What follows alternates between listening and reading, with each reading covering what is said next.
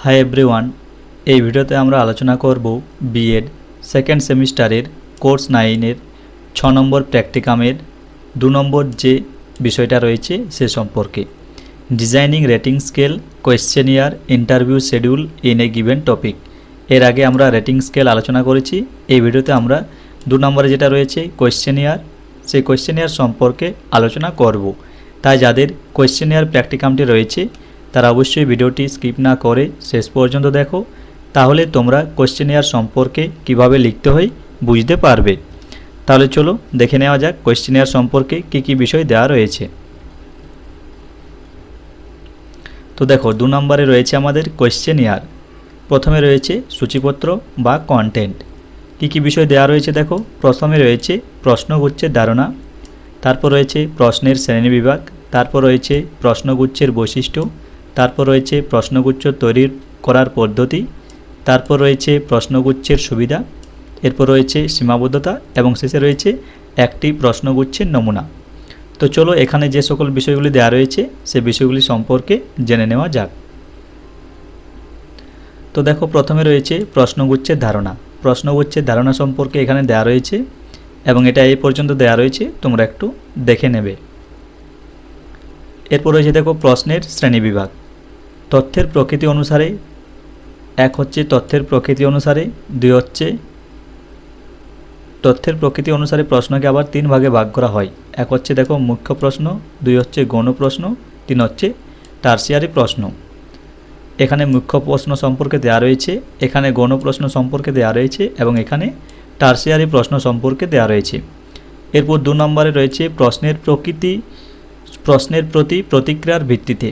তো দেখো শিক্ষার্থীদের প্রতিক্রিয়ার ভিত্তিতে প্রশ্নকে আবার 2 ভাগে ভাগ করা হয়। এক হচ্ছে উন্মুক্ত প্রশ্ন আর একটা হচ্ছে আবদ্ধ প্রশ্ন। তো দেখো এখানে দেওয়া রয়েছে উন্মুক্ত প্রশ্ন, উন্মুক্ত প্রশ্নের সুবিধা এবং এখানে দেওয়া রয়েছে উন্মুক্ত প্রশ্নের অসুবিধা। তো দেখো উন্মুক্ত প্রশ্নের সুবিধাগুলি এখানে দেওয়া রয়েছে, তোমরা একটু দেখে নেবে এবং এখানে উন্মুক্ত প্রশ্নের অসুবিধাগুলি দেওয়া রয়েছে, তোমরা একটু দেখে নেবে। এরপর রয়েছে দেখো উন্মুক্ত প্রশ্ন কখন ব্যবহার করা হবে। যখন প্রশ্ন জটিল হয়, যখন প্রতিক্রিয়াকারীর মুক্ত চিন্তাভাবনা বিশ্লেষণের প্রয়োজন হয়, প্রাথমিক অনুসন্ধানের জন্য এবং পরিমাপের ক্ষেত্র হিসেবে যখন আনুপাতিক স্কেল ব্যবহৃত হয়। এরপর রয়েছে দেখো আবদ্ধ প্রশ্ন। তো দেখো আবদ্ধ প্রশ্নের প্রথমে রয়েছে সুবিধাগুলো এখানে দেওয়া রয়েছে, তোমরা একটু দেখে নেবে।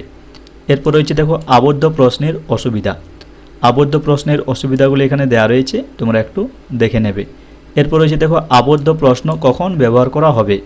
যখন উত্তরের ক্ষেত্র নির্দিষ্ট, স্বচ্ছ এবং তুলনামূলক সংখ্যায় কম হবে, যখন নিম্ন মেধাসম্পন্ন শিক্ষার্থীদের থেকে তথ্য সংগ্রহের প্রয়োজন হবে তখন, এবং যখন সামান্য তথ্য যথেষ্ট বলে বিবেচনা করা হয় তখন। তো এখানে যে সকল পয়েন্টগুলো দেওয়া রয়েছে তোমরা একটু দেখে নেবে।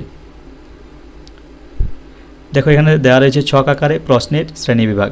প্রথমে রয়েছে তথ্যের প্রকৃতি অনুযায়ী, তারপরে রয়েছে দেখো প্রতিক্রিয়া পরিমাণের ভিত্তিতে, তারপর রয়েছে শিক্ষার্থীর প্রতিক্রিয়া অনুযায়ী এবং শেষে রয়েছে তথ্য প্রদানের ভিত্তিতে। এরপর দেখো 3 নম্বরে রয়েছে তথ্য প্রদান অনুযায়ী। তথ্য প্রদান অনুযায়ী প্রশ্নকে আবার 2 ভাগে ভাগ করা হয়। এক হচ্ছে নির্দেশক প্রশ্ন, দুই হচ্ছে অনির্দেশক প্রশ্ন। এই সম্পর্কে এখানে দেওয়া রয়েছে, তোমরা একটু দেখে নেবে। এরপর রয়েছে দেখো প্রতিক্রিয়া পরিমাপের ভিত্তি অনুযায়ী। প্রতিক্রিয়া পরিমাপের ভিত্তি অনুযায়ী প্রশ্নকে আবার 3 ভাগে ভাগ করা হয়েছে। এক হচ্ছে নামসূচক প্রশ্ন, দুই হচ্ছে ক্রমসূচক প্রশ্ন আর 3 হচ্ছে ব্যাপ্তিসূচক প্রশ্ন। এই সম্পর্কে এখানে দেওয়া রয়েছে, তোমরা একটু দেখে নেবে। এরপর রয়েছে দেখো প্রশ্নগুচ্ছের বৈশিষ্ট্য। প্রশ্নগুচ্ছের বৈশিষ্ট্যে দেখো 2টো পয়েন্ট এখানে দেওয়া রয়েছে, তোমরা একটু দেখে নাও এবং বাকি পয়েন্টগুলো এখানে দেওয়া রয়েছে, এখান থেকে দেখে লিখে নেবে। তারপর রয়েছে দেখো প্রশ্নগুচ্ছ তৈরি করার পদ্ধতি। প্রশ্নগুচ্ছ তৈরি করার ক্ষেত্রে কয়েকটি পদ্ধতি অবলম্বন করতে হয়। তার মধ্যে দেখো প্রথমে রয়েছে প্রস্তুতি, তারপর রয়েছে শ্রেণীকরণ, তারপর রয়েছে আত্মমূল্যায়ন, তারপর রয়েছে বাহ্যিক মূল্যায়ন, তারপর রয়েছে পুনঃ আলোচনা, তারপর রয়েছে পূর্ব অভিজ্ঞা, তারপর রয়েছে দ্বিতীয় অভিজ্ঞা গ্রহণ এবং শেষে রয়েছে চূড়ান্ত সিদ্ধান্ত গ্রহণ। তো এগুলো তোমরা একটু দেখে নেবে। এরপর রয়েছে দেখো প্রশ্নগুচ্ছের সুবিধা। প্রশ্নগুচ্ছের সুবিধাগুলো এখানে দেওয়া রয়েছে, তোমরা একটু দেখে নেবে। এবং শেষে রয়েছে দেখো সীমাবদ্ধতা। সীমাবদ্ধতাগুলি এখানে দেওয়া রয়েছে, তোমরা একটু দেখে নেবে। দেখো সীমাবদ্ধতার 3টা পয়েন্ট এখানে দেওয়া রয়েছে, এই 3টা পয়েন্ট একটু দেখে নাও এবং বাকি যে পয়েন্টগুলো রয়েছে সেগুলি এখানে দেওয়া রয়েছে। এরপর রয়েছে দেখো একটি প্রশ্নগুচ্ছের নমুনা। এখানে শিক্ষার্থীদের কম্পিউটার ব্যবহারের মনোভাবের প্রশ্নগুচ্ছের একটি নমুনা দেওয়া হয়েছে। কি নমুনা দেওয়া হয়েছে? শিক্ষার্থীদের কম্পিউটার ব্যবহারের মনোভাবের প্রশ্নগুচ্ছের একটি নমুনা। প্রথমে রয়েছে দেখো ব্যক্তিগত তথ্য, নাম, বয়স, বিদ্যালয়ের নাম, লিঙ্গ, অবস্থান, ডিসিপ্লিন, বালক, গ্রাম, কলা, বালিকা, শহর, বিজ্ঞান। তো দেখো পার্ট 2 নির্দেশনা। প্রতিটি বিবৃতির ক্ষেত্রে সঠিক মতামতটিকে নির্বাচন করুন। সঠিক মতামতের প্রেক্ষিতে সঠিক বক্সে টিক চিহ্ন দিয়ে তা প্রকাশ করুন। কি কি মতামত রয়েছে? একটি হচ্ছে দৃঢ়ভাবে সম্মত, 2 হচ্ছে সম্মত, 3 হচ্ছে নিরপেক্ষ, 4 হচ্ছে অসম্মত, আর 5 হচ্ছে দৃঢ়ভাবে অসম্মত। তো দেখো এখানে বিবৃতিগুলো দেওয়া রয়েছে এবং এখানে টিক চিহ্ন দিতে বলা হয়েছে। তোমরা এটা একটু দেখে নেবে